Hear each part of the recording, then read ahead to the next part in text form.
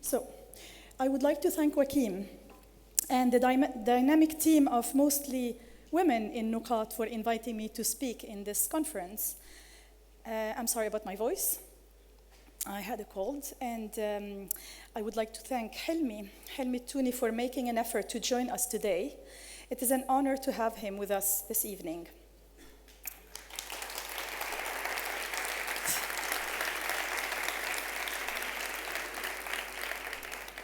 I would also like to thank the curators of the exhibit that we will all, I guess, move afterwards to the exhibit. The curators are Negla's here somewhere, and Bahia Shahab. So there's a fine line between copying and being influenced by an image, a movement, an artist. I believe that Hilmi can serve as a role model for young designers and illustrators today in setting a precedent on how visual elements from a rich repertoire of images derived from past civilizations can be adapted to today's viewer taste and expectations. So adaptations. We had someone who was speaking about adaptations before. I will share with you some of these influences and how they appeared in Hilmi's artwork. And of course, you can see many other examples in the exhibit. Okay. So during one of my first interviews with Hilmi, I asked him if he had a photograph of himself as a young boy. He smiled and said, I'm quoting him, "It is in my mind. I am dressed up in a tarbouche and a suit. I am sitting next to my sister on a bench. My uncle showed me this photograph decades ago. My uncle passed away and the photograph is lost somewhere. But I have a reproduction based on my memory of it in my sketchbook. I saw the picture in my mind before I drew it. I still remember instances of my very early childhood years. The time has passed, but the image remains in my mind."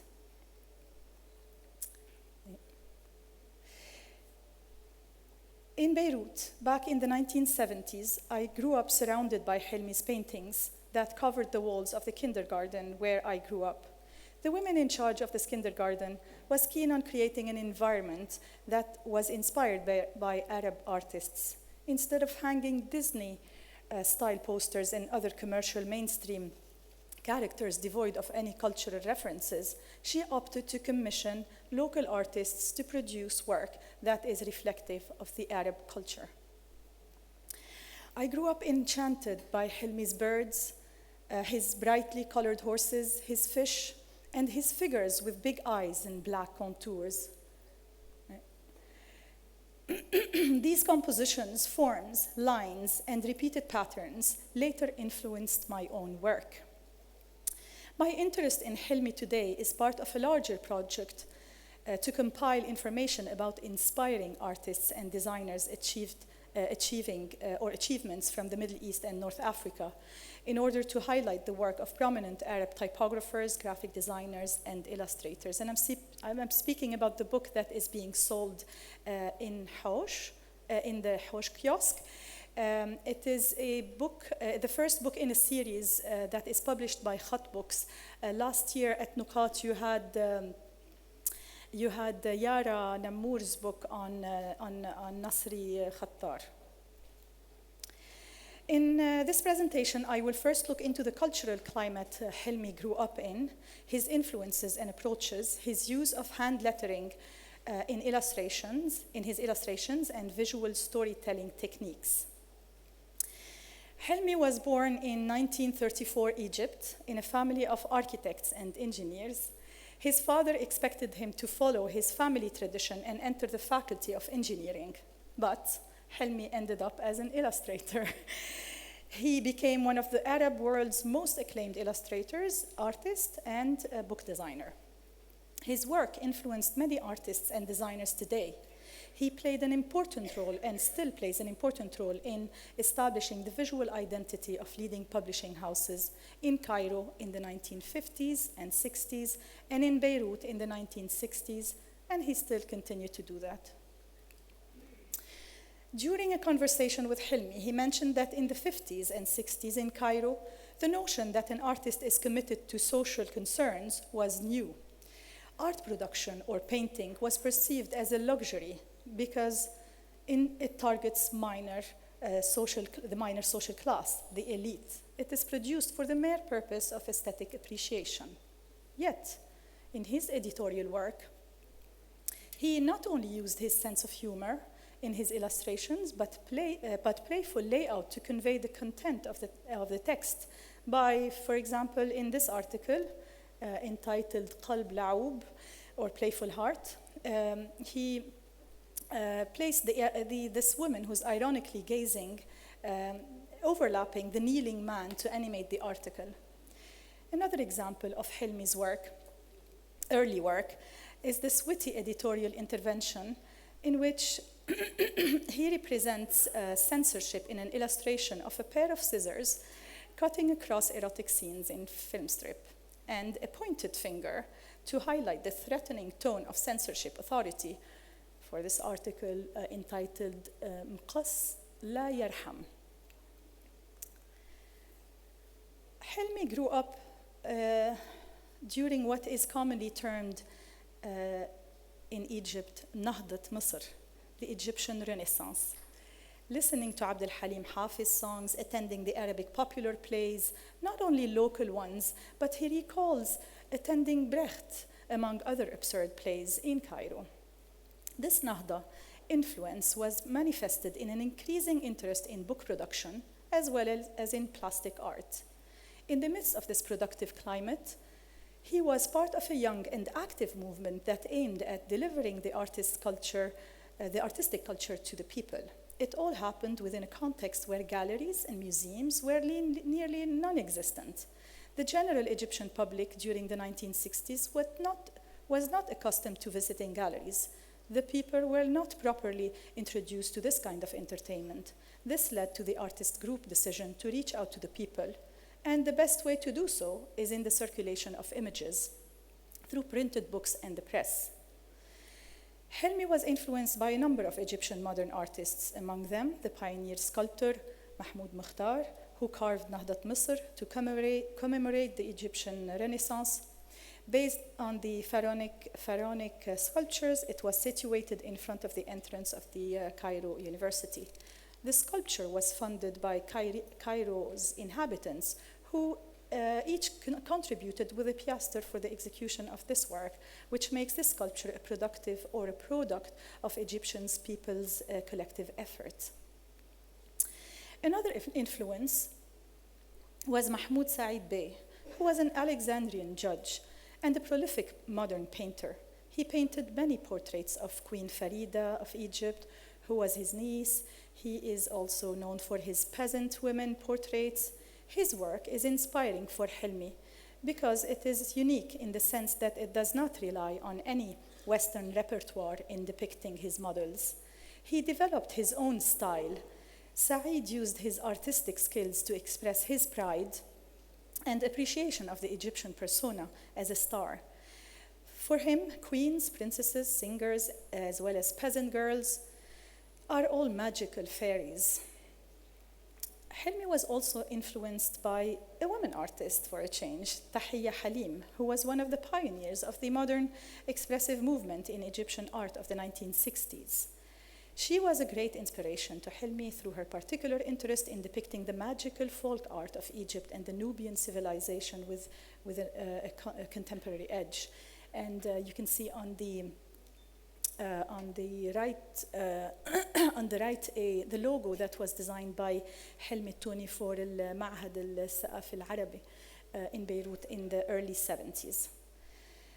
Tuni's illustrations might be considered premature for the period he lived in at that time in Egypt, back in the 50s and 60s. In one of the interviews, Hilmi said, I'm quoting him here, "In the 1950s and the 60s, I lived in exile in my own culture.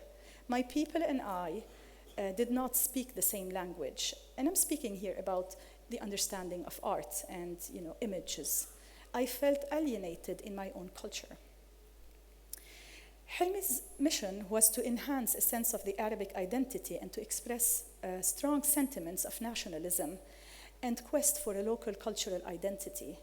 He strove to replace Western visual influences by exploring his own culture in developing a visual narrative or a visual language based on traditional elements such as arabesque, Islamic miniature painting, Arabic calligraphy, local religious icons, Arabic folk tales, and pharaonic art while employing a contemporary approach.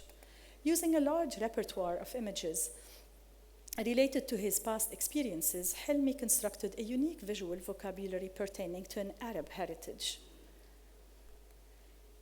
These influences can be seen in his inspiration from Arabic folk tales heroes such as Antar ibn Shaddad, who was a pre-Islamic Arab hero and poet, famous for both his romantic poetry to his beloved Abla and his courageous adventures.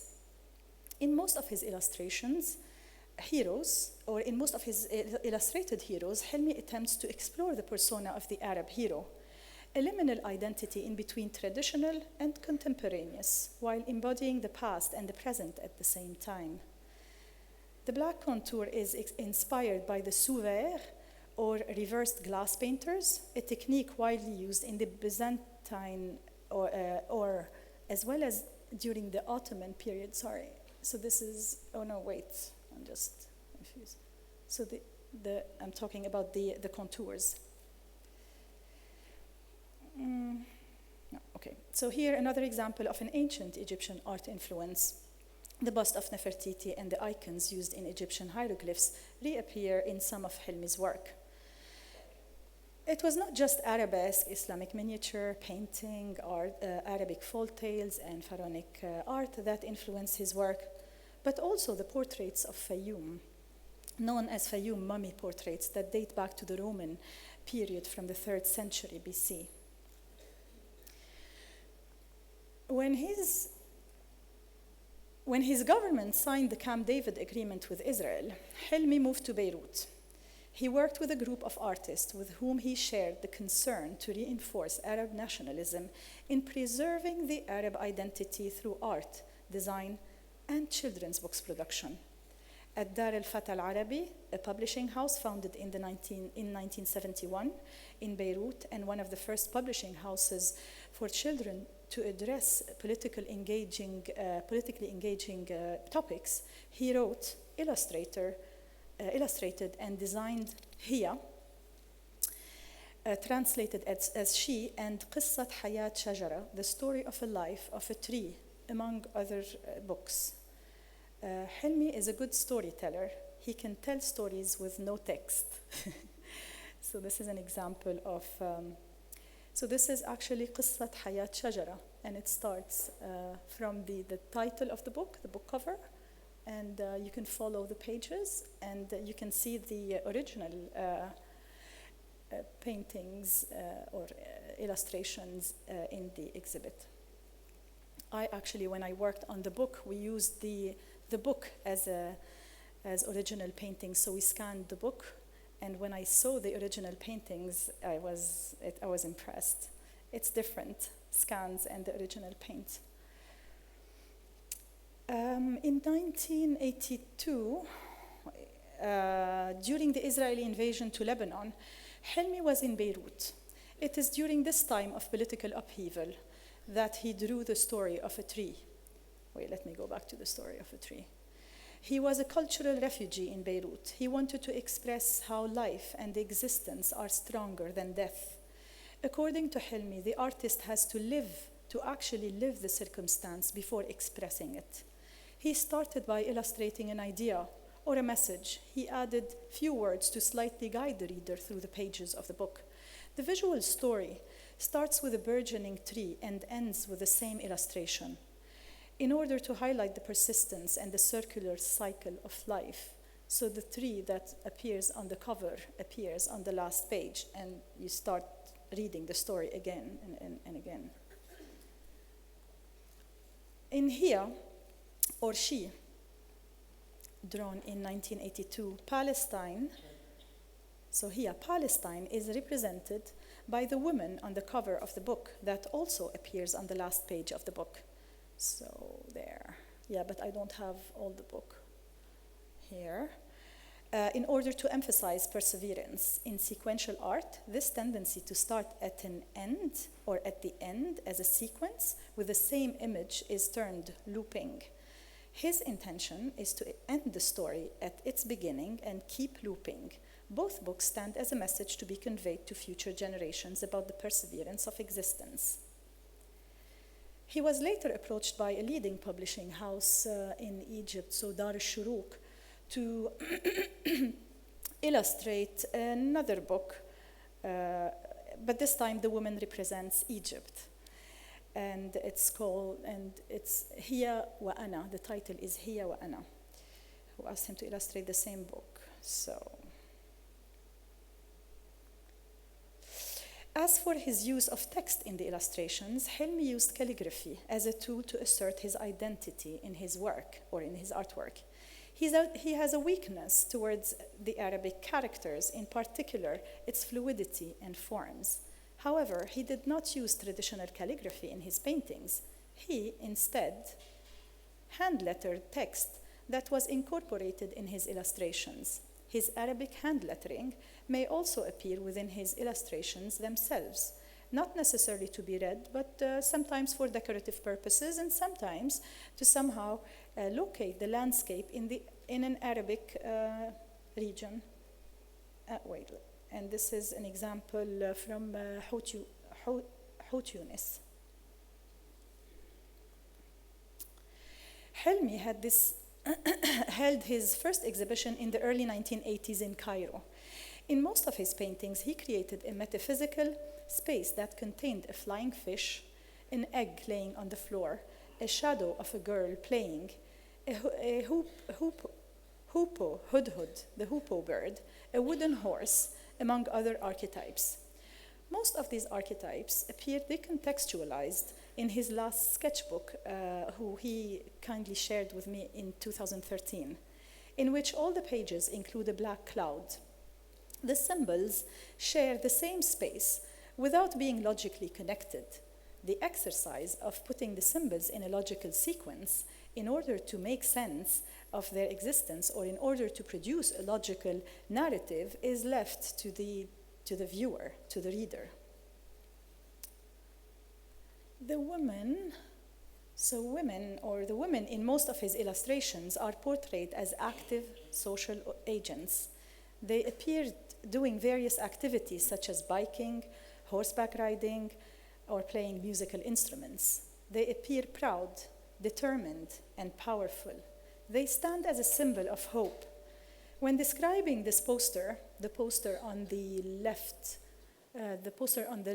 that was designed by Tuni, and you can see the original in the exhibition in 1977 at Dar al-Fata al-Arabi as well. The Hilmi said, so I'm quoting him again, "The woman in this poster symbolizes our dreams, our hope, our tears, our failure, and our loss."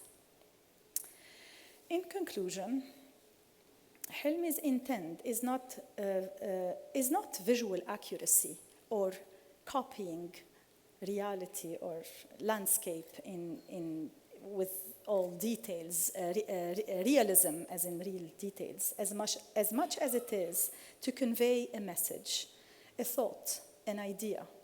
He succeeded on an account of his inquiry spirit or inquiring spirit, representational talent, and social knowledge in creating a link between contemporary-based design, language, and a culture rich with layers of history. He developed his own way of integrating symbols in his work as a commitment to semiotics and his constant search for new visual forms. He sees through the eyes of a child, as if discovering the visible world for the first time. With an amazing sense of detail and honest sensibility, he translates ideas on canvas and adapts them to book covers. He creates illustrations that penetrate people's minds and inspire young generations. His production of emotionally and intellectually driven visual communication will remain a legacy for the young generations to come. Thank you.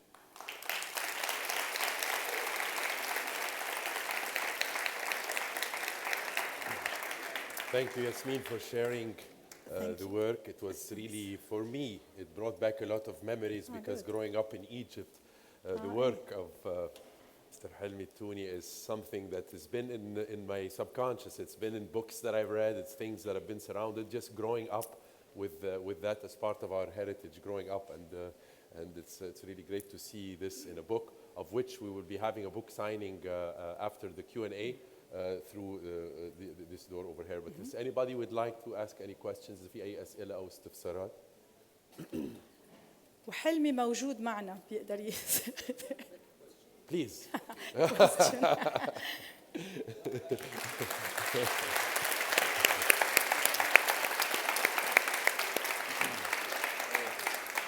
Well, my question is for Yasmine. How did you succeed in making me discover myself? Yeah.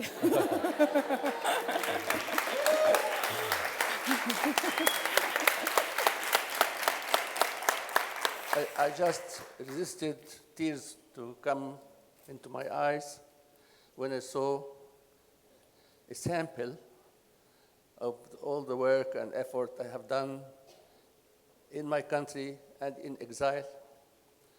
For 50 years I have been working, and it makes me very happy that in the 60s, as Yasmine said, we discovered that we have to reach out for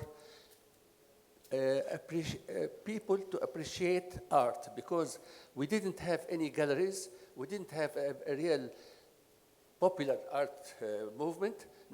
Even people, when we had a small number of galleries, they were afraid to enter these galleries because they thought that if they get in, they will not understand anything, and the people, the elite, the artist who is there, will look down upon them. So I had to lean down or to bow down to reach the people through the printed art. And I believe this was a trend in the 60s. Most of nationalist artists felt this way. So many of them moved towards cartoons. Some moved towards the press, to work for the press. Others moved to children's books, which were very rare at the time and very, very poor. And I believe that I owe something. I owe thanks to Dar al-Fatah al-Arabi, which was the first and I believe the last. Maybe no, there are other publishing companies now, but they had this honor, the historical honor of starting a totally specialized publishing house for children's books, and they created a great movement to which I am indebted. I want to thank. I don't want to talk too much, but maybe I would like to comment about this night and the days before, discussing the syndrome or the theory of paste, of copy and paste. I really hoped that the title was Copy, Adapt, Develop, and Paste, because it is a little bit misleading. That maybe that art or creativity means to copy and paste. And I will tell you a story. Sometimes when there came out some CDs with drawings on them, and some publishing houses and the press especially used them in a way. One of the chief editor of a very famous Arab magazine, I'm not going to name him or the magazine, he said, well, at last we are going to get rid of you. Oops. We don't need artists anymore, we have a CD. And I remember that when I heard about copy and paste. So copy and paste is dangerous unless you approach it wisely and in a proper way. Thank you.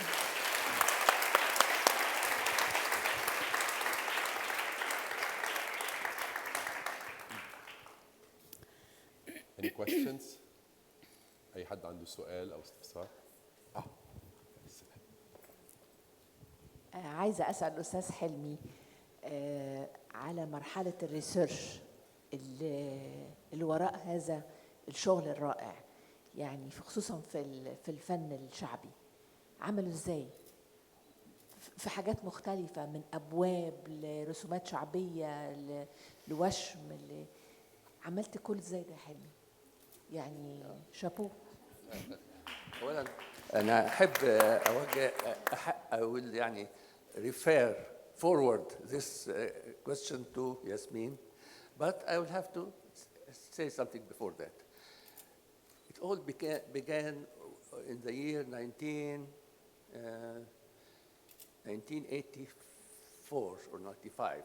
I came back from exile, quote unquote, to Cairo, to Egypt, and I have decided at that time that I did my military service in the field of printed art, that I would like to go back to easel painting, to oil painting again. So I had my first exhibition after returning to Egypt in 1985, and it was very successful. But at the end of it, I just had the good luck, or I don't know what, that I stopped and thought, where am I going to where am I going? Where am I going? Am I going to be another Western-influenced artist producing second-hand art, especially when I remember that many artists, Egyptian artists, moved to Paris as city of light and city of art, and they never achieved anything there. They were not even recognized. And there are 4 or 5 of them who are very famous people in sculpture and in painting. They went there and came back يعني, with some sort of hidden frustration. So I thought that, who am I? What am I going to do? How am I going to be a contributor and not a parasite to the art movement in the world? So I thought I will try to mimic the European Renaissance. They went back to Roman art and Greek art, and they moved forward, and you can see the influence of Greek art in most of the work of Pablo Picasso, and you can see even the work of Michelangelo in many of the modern sculptors. So I thought I would go back to my own civilization, like the Roman civilization for the Europeans. And then I discovered that as an Egyptian, I have so many civilizations. And I don't belong to any of them absolutely, completely. I am not a pharaonic artist, ancient Egyptian artist. I'm not a Coptic artist, because there was a school of art which was denied or forgotten for 700 years. For 700 years, Egypt lived as a Christian country, producing a very important school of art illustrated in Fayoum portraits that we have seen. So I thought I was not an ancient Egyptian artist. I'm not a Coptic artist. I'm not an Arab Muslim artist. I am all of that. And then I discovered, answering the question of Azza, that there was somebody who was never known or identified, who did this thing for me. That is the folk artist, the popular artist. The popular artist did what? He memorized and he remembered all these schools of art, and he chose from it what he liked, not what he should take. That's right. Because he used his heart instead of using his head. So he chose emotionally what he loved. So he came out with this product which we call folk or popular art. And I discovered then that this was my professor, this was my teacher that I'm going to follow. Great.